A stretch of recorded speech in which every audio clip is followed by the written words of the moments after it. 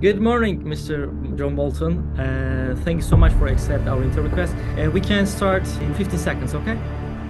Okay. Yes, we can start it. Joining us now, President Trump's National Security Advisor, Ambassador John Bolton. I gave John Bolton, and he lied.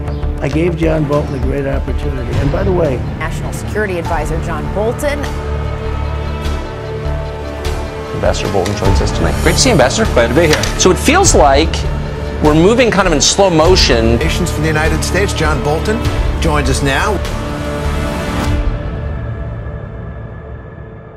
We have a lot of questions for you. We want to start the first question with Trump re-elected. What do you think about Turkey and United States relations in this second Trump term? Well, with Trump, it's always difficult to predict what he'll do and how he might react to different circumstances. I think certainly the Middle East and the surrogate war that Iran has been waging against Israel is going to be a big focus of his attention. And I think he'll be interested in Erdogan's positions and what he said about that conflict. And then obviously the Russian aggression against Ukraine is another big area that Trump will focus on. So I think he's got a number of international crises that will probably draw his attention first. But maybe the biggest thing of all for Turkey and for every other country around the world is what Trump does on the subject of tariffs, because he said he would, during the campaign, he would impose tariffs on all goods imported into the United States of 10 or 20%, 60% in the case of China. Now, whether he actually does that or not, we don't know, but there were trade tensions between Turkey and the United States in the period of, around Pastor Brunson's release during Trump's first term. So trade actually could be the initial focus of attention. And the CNN claimed that Erdogan could manipulate Trump easily. Erdogan would call Trump while he was relaxed and happy playing golf. Is that true? Well, I think Erdogan, like a number of other authoritarian foreign leaders, has a pretty good bead on Trump, and they know that if you flatter him, that's a way to get him to look favorably on what you want to do. So I don't know how the first call between Erdogan and Trump made, if it's actually been made yet for Erdogan to congratulate Trump, but I'm sure that Erdogan's laying out a plan for how to influence Trump on whatever the particular issues of the moment might be. You mentioned that the Pastor Brunson case in the Turkish media and United States media claims that Trump treated Erdogan over Pastor Brunson case by bringing up his family financial matters. Is that true? Did Trump ever threaten Erdogan family financial relations?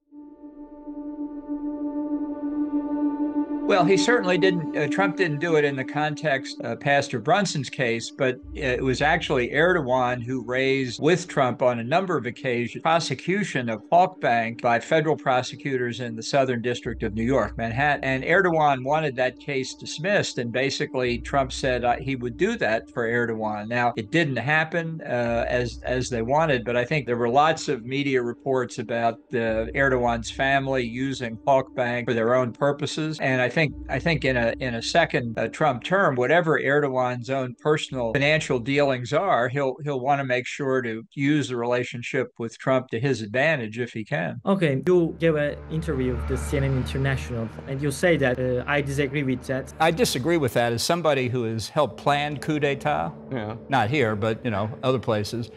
It takes a lot of work, and that's not what he did. Which countries were you involved in the coup planning or coup attempt? Was Turkey one of them? No, look, I'm not going to elaborate any further. I think I've written in my own book about our efforts to restore legitimacy and constitutional order in Venezuela by getting rid of the Maduro regime there. I've said for many years that there will not be peace and stability in the Middle East until the regime of the Ayatollahs in Iran is replaced by a representative government. There are others. My trust in Turkey, though, is with the people ultimately. I think Erdogan is an aberration, a lot like Trump in the United States. I think he's an aberration too. Mm-hmm. And I think I'm hoping now it will pass quickly. Do you believe that the United States played any role in Turkey coup attempts? Yeah. Well, that was before my time in government, but I'm very clear in my own mind the U.S. played no role. I mean, I think the idea that Fethullah Gulen, living in the U.S. at the time, masterminded it remotely was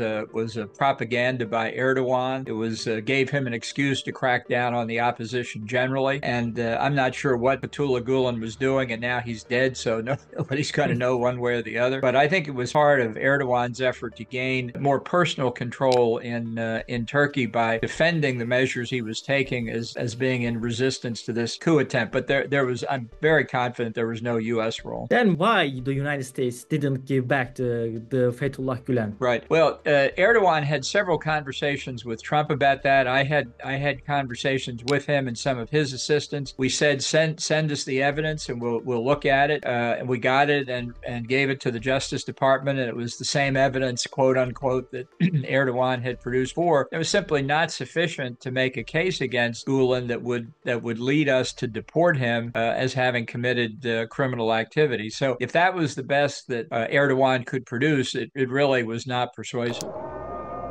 Why did the United States still sending weapons to YPG even after the ISIS was defeated? Were there helicopters among these weapons? Do you have any information about this? Well, some of these supplies were undertaken after I left the government, so I don't have any particular knowledge of them. But in the Trump administration, they followed the same policies that Obama had followed in terms of arming various Kurdish forces to defeat ISIS. PKK has long been on the U.S. list of foreign terrorist organizations, remains on that list. The trouble is defeating ISIS required help from the Kurds in Syria and elsewhere.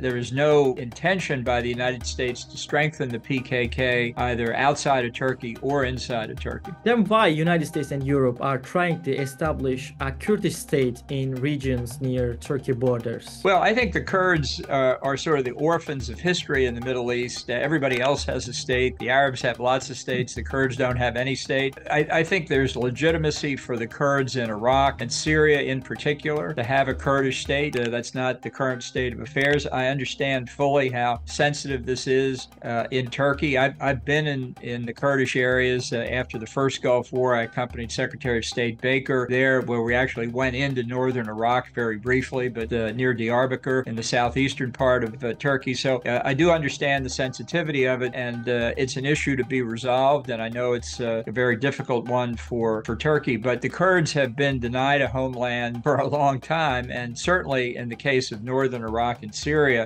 it wouldn't bother me if they gained an independent state. What do you think about the future? There will be any war in Turkey borders? Well, I think that any change in the status of Turkey as a country is for the people of Turkey themselves to decide by peaceful political means, not through warfare. And the reason that the PKK was put on the terrorist list was that it wasn't following that path. It was trying to influence decisions through the use of military force in some case and terrorism in others. And that's not an acceptable way to do it, nor would it be acceptable for Kurds outside of Turkey to try and influence the decision by military force. Turks of all kinds are going to have to work that out for themselves. Do you think that YPG and PKK different organizations? Well, I think they're different. I think they've got different people involved, although there's some overlap. There's no doubt about it. It was one of the circumstances that occurred in the context of defeating ISIS and eliminating the territorial caliphate. And just speaking for myself, I wouldn't read it any more broadly. In the Greek media, you gave an interview the last year. You once suggest that Turkey's NATO membership should be suspended or that NATO should be restructured without Turkey. Why are you saying this?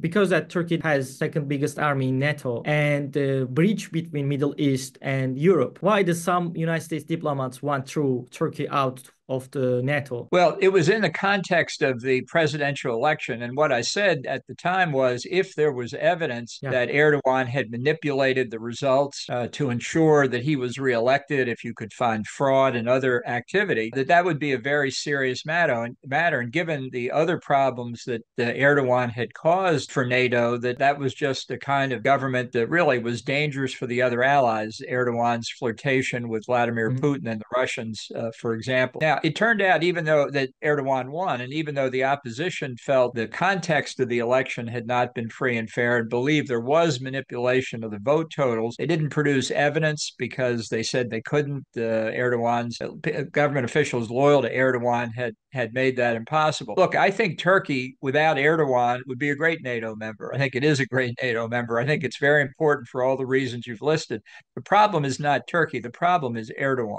And, every politician's career ultimately ends, and for the good of the West, but for the good of Turkey more particularly, the sooner Erdogan's does, the better. Turkey, a democratic country. But you're saying there's the problem Erdogan, but the Turkish Republic, the Turkish citizens re-elected again Erdogan. Why the United States diplomats punishing the Turkish citizens? Well, I don't think there's an intention to punish the people of Turkey, but to be an ally, you have to act like an ally, and getting S-400 air defense missiles from Russia was not the mark of an ally. People joked at the time that really what Erdogan wanted the S-400s for was to defend the presidential palace against the Turkish Air Force. But it means that we can't share F-35 production or planes because of the stealth technology that could be compromised by exposure to a Russian, at close range, to a Russian S-400 system. I think Erdogan has played a very unhelpful role in the Middle East. It's obviously very difficult. Ironically, the Arab states and Israel have grown closer together because of the threat of Iran, and yet Erdogan has kept a very negative posture on Israel through this entire period. So my view, I think, is we just have to grit our teeth and hope that in a free and fair election, the voters of Turkey recognize that Erdogan is not the future for them. They are good diplomats, the Turkish diplomats. Well, many I've encountered, ambassadors to Washington, ambassadors at the UN when I was U.S. ambassador up there, and very, very professional people, very competent. And, they advocated Turkey's interests. That's what diplomats are supposed to do. And I thought they did a good job. That doesn't mean we always agreed, but they were very competent, professional people in my experience. For example, Hakan Fidan, what do you think about him? Do you know about the Selçuk Bayraktar? Don't think so, no. And Berat Albayrak, what do you think about him? He is the son-in-law of Erdogan. Yeah. Well, he had his difficulties with Erdogan, and a lot of questions were raised about his financial dealings with Halkbank and others. In Turkish media says that the Jared Kushner very close relation with the Berat Albayrak. Is that true? Do you have any idea about that? Well, I know they did talk a couple of times when I was in the White House.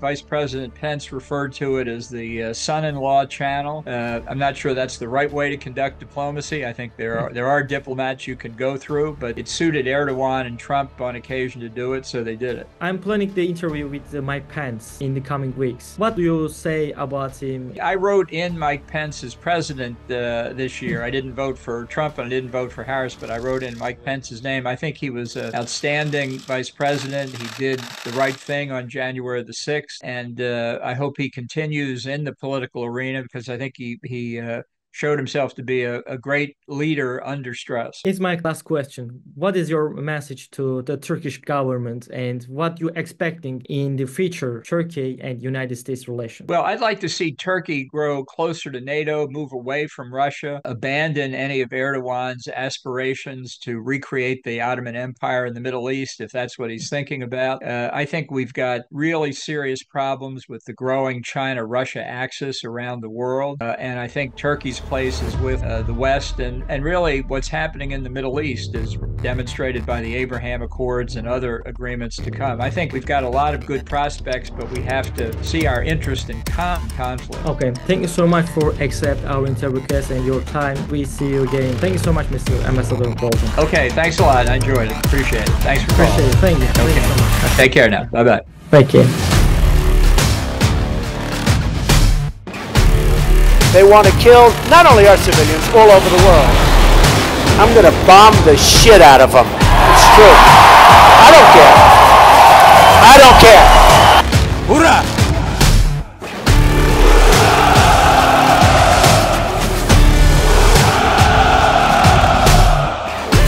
伟大、光荣、正确的中国共产党万岁！